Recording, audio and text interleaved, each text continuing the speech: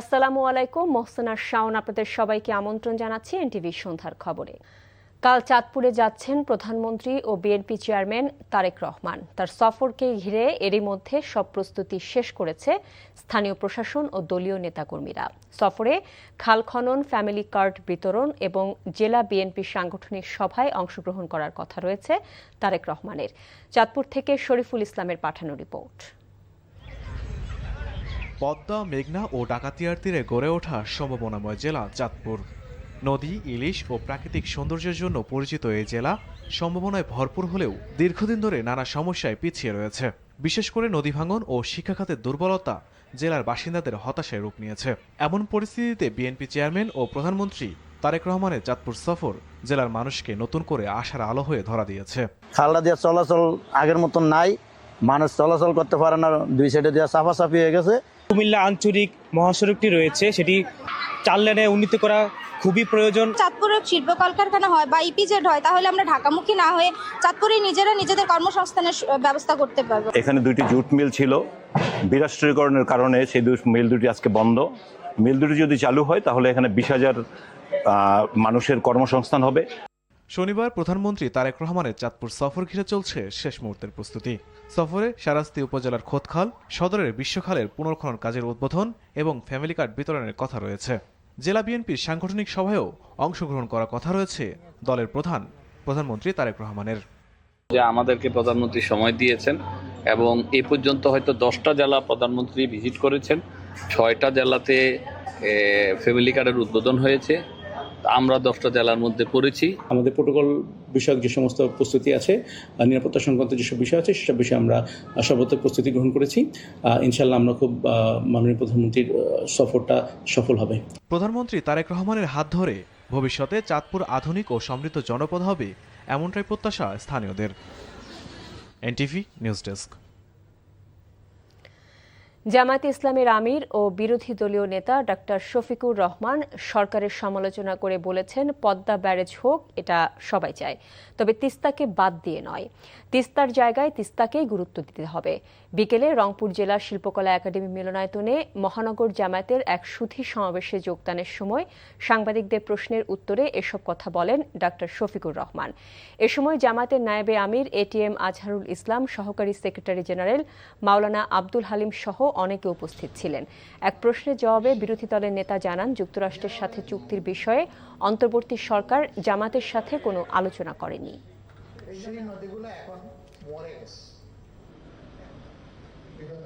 পদ্মা ব্যারেজের এই উদ্যোগকে অভিনন্দন জানাই, কিন্তু এটা তিস্তার বিনিময়ে নয়। তিস্তার জায়গায় তিস্তাকে অবশ্যই তার পাওনা দিতে হবে এবং এই মহাপরিকল্পনা বাস্তবায়ন করতেই হবে। এর ভিন্ন আমরা কিছু চাই না। আপনি জাগো বাহে বলে সবাইকে জাগিয়েছেন, জনগণ এখন জেগে আছে। এখন জনগণ দেখতে চায় আপনাদের দেওয়া ওয়াদা আপনাদের মাধ্যমে বাস্তবায়ন হচ্ছে, এটা দেখতে চায়। গঙ্গা নদীর ফারাক্কা পয়েন্টে ভারতের একতরফা বাঁধ নির্মাণ করে অভিন্ন নদীর পানি প্রত্যাহার করে বাংলাদেশের উত্তর পশ্চিমাঞ্চলকে মরুভূমিতে পরিণত করেছে। ঐতিহাসিক ফারাক্কা দিবস উপলক্ষে বিএনপি মহাসচিব মির্জা ফখরুল ইসলাম আলমগীর এমন অভিযোগ করেছেন। বিএনপির অফিসিয়াল ফেসবুক পেজে এক বার্তায় তিনি আরও বলেন, বাঁধের ফলে ওই এলাকায় পানির সংকট এবং প্রাকৃতিক ভারসাম্যহীনতা তীব্র আকার ধারণ করেছে। জীববৈচিত্র্য, প্রাকৃতিক ও মানবিক বিপর্যয়ের সম্ভাবনাকে উপেক্ষা করে তৎকালীন আওয়ামী লীগ সরকার জনগণের মতামতকে অগ্রাহ্য করে ভারতকে কয়েকদিনের জন্য পরীক্ষামূলকভাবে ফারাক্কা বাঁধ চালুর অনুমতি দেয়। ফখরুল বলেন, মজলুম জননেতা মৌলানা ভাসানী লং মার্চ করে বিষয়টি বিশ্ববাসীর নজরে আনেন। ফখরুল বলেন, সেই বাঁধ এখনও বহাল থাকায় সেটি এখন মরণ ফাঁদে পরিণত হয়েছে। কুরবানির ঈদের আগে ভারতে পশু জবাই নিষিদ্ধের নিন্দা জানিয়ে জুলাই মঞ্চের মুখপাত্র ফাহিম ফারুকী পশু প্রেমের নাম ভাঙিয়ে ধর্মীয় আগ্রাসন থেকে ভারতকে বেরিয়ে আসার আহ্বান জানান। ঢাকা বিশ্ববিদ্যালয়ের রাজু ভাস্কর্য সীমান্ত রাজু ভাস্কর্যে সীমান্তে হত্যা ও ভারতে মুসলিম নির্যাতনের প্রতিবাদে আয়োজিত সমাবেশে বক্তারা বলেন, ভারতে পশু জবাই নিষিদ্ধের মাধ্যমে মুসলিমদের ধর্মীয় বিধান পালনে বাধা দেয়া হচ্ছে। এ সময় বিশ্ব মুসলিমদের ঐক্যবদ্ধ হয়ে ভারতের ধর্মীয় আগ্রাসন রুখে দেওয়ার আহ্বান জানান তারা। একই সাথে বক্তারা ভারতীয় সীমান্তে হত্যার নিন্দা জানিয়ে বলেন, ফেলানির মতো আর যেন কেউ হত্যার শিকার না হয় সেজন্য সরকারের জোরালো পদক্ষেপ নিতে হবে। কনকাফ্রিজ প্রেজেন্টস কোরবানির পশুর হাটের খবর। ফেনীতে কোরবানির ঈদকে সামনে রেখে প্রায় 90,000 গবাদি পশু প্রস্তুত করেছেন খামারিরা। বড় গরুর পাশাপাশি ছোট ও মাঝারি গরুও রয়েছে খামারে। তবে গোখাদ্যের দাম বৃদ্ধি ও গরু আমদানি নিয়ে দুশ্চিন্তায় রয়েছেন তারা। জেলার অন্যতম বড় খামার ছাগলনাইয়ার জাহান এগ্রোতে প্রস্তুত করা হয়েছে 1000 কেজি ওজনের শতাধিক গরু। গরু দেখতে প্রতিদিনই খামারে ভিড় করছেন ক্রেতারা। খামার সংশ্লিষ্টরা জানান, প্রায় 2 বছর ধরে বিশেষ পরিচর্যা, পুষ্টিকর খাবার এবং চিকিৎসা সেবার মাধ্যমে গরুগুলোকে কোরবানির উপযোগী করে তোলা হয়েছে। ক্রেতাদের চাহিদার কথা মাথায় রেখে বড় গরুর পাশাপাশি ছোট ও মাঝারি গরু প্রস্তুত করেছে ফুলগাজীর উত্তর খাজুরিয়ার মদিনা এগ্রো ফার্ম। ফেনীতে ছোট বড় মিলিয়ে মোট 5,407 জন খামারি রয়েছেন। এবার স্থানীয় চাহিদার তুলনায় প্রায় 7,000 বেশি পশু প্রস্তুত রয়েছে। যে কোনো সময়ের চেয়ে বৈচিত্র্যপূর্ণ বোলিং আক্রমণের কারণেই পাকিস্তানের বিপক্ষে ঘরের মাটিতে প্রথমবার টেস্ট সিরিজ জয়ের স্বপ্ন দেখছেন মুশফিকুর রহিম। এদিকে ঢাকা টেস্টে স্লো ওভার রেটের কারণে টেস্ট চ্যাম্পিয়নশিপে পাকিস্তানের 8 পয়েন্ট কাটার পাশাপাশি 40% ম্যাচ ফি জরিমানা করেছে আইসিসি। আগামীকাল সকাল 10টায় সিলেটে দ্বিতীয় টেস্টে মুখোমুখি হবে দুই দল। নিলয় মজুমদারের ডেস্ক রিপোর্ট। লাক্কাতুরা সবুজ উইকেট বাড়তি তাড়না দিতেই পারে তাসকিন নাহিদদের। প্রথম টেস্টের চতুর্থ ইনিংসে পাকিস্তানকে ধসিয়ে দেওয়ার পর প্রত্যাশার পারদও উঁচু। দেশের অভিজ্ঞতম টেস্ট ক্রিকেটার মুশফিকের সিলেট ভেন্যুতে আছে 5টি টেস্ট খেলার অভিজ্ঞতা। তাই তার ভালোই জানা এখানকার উইকেটে শুরুর দিকে বলাররা ভালো করলেও বড় রান করাটাও কঠিন নয়।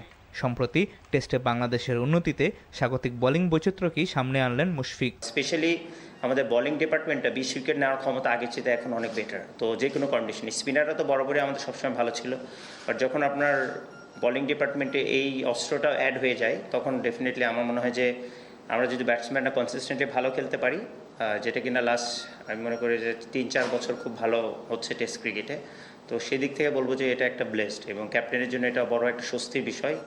ঢাকা টেস্টে শান্তর ব্যাটে একটি শতক ও অর্ধশতক, মৌনেলের 2 ইনিংসে 250, তাসকিনের 2টি কার্যকরী স্পেল। টেস্ট ক্রিকেটে পারফর্মারের সংখ্যা বেড়েছে বাংলাদেশের। বিশ্ব টেস্ট চ্যাম্পিয়নশিপে তাই দলের আরও সাফল্য পাওয়ার সম্ভাবনা দেখছেন মুশফিক। ছোট ছোট করে আমরা গোল সেট করেছি যেন হোমে আমাদের ম্যাক্সিমাম যে কটা খেলা আছে আমরা যেন মেকশিওর এখান থেকে সর্বোচ্চ পয়েন্টগুলো নিতে পারি। আর অন্যান্য যেটা আউটসাইড আমাদের খেলা স্বাভাবিক, আপনারা জানেন 2টা আমাদের ট্যুর আছে বাইরে, but it's not that easy এবং ওখানে আমরা এর আগে কখনো খেলিনি, আমার ক্যারিয়ার তো কখনো খেলাই হয় নাই। তো it's not that easy, but যেটা আমি বললাম যে আমাদের টেস্ট টিমের এখন বোলিং ডিপার্টমেন্ট স্পেশালি এমন ভারসাম্য আছে যেটা কিনা আমরা যদি ইনশাল্লাহ ভালো একটা কনসিস্টেন্ট রান আমরা বোর্ডে দিতে পারি, দেন উইদাউট এনি ডাউট আমরা যে কোনো অপোজিশনকে আমরা চ্যালেঞ্জ দিতে পারি। এদিকে বাংলাদেশের মাটিতে প্রথমবার টেস্ট হেরে তীব্র সমালোচনার তীরে বিদ্ধ পাকিস্তান দল। দ্বিতীয় টেস্টে বাবর আজম একাদশে ফিরছেন প্রায় নিশ্চিত। বাবর আজম এখন সুস্থ আছেন, তিনি দ্বিতীয় টেস্ট খেলবেন।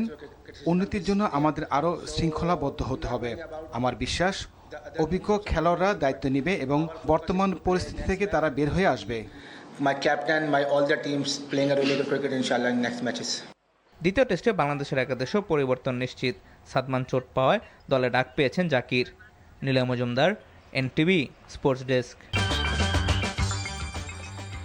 এই ছিল সন্ধ্যার খবরে। এই খবরের ভিডিও সহ আপডেট জানতে ভিজিট করুন এনটিভি অনলাইন www.ntvbd.com। এছাড়াও এনটিভির জনপ্রিয় সব অনুষ্ঠান ও খবরের আপডেট জানতে ভিজিট করুন আমাদের ইউটিউব ও ভেরিফাইড ফেসবুক পেজ। রাত 10:30টায় রাতের খবর দেখার আমন্ত্রণ রইল। এতক্ষণ সাথে থাকার জন্য সবাইকে ধন্যবাদ।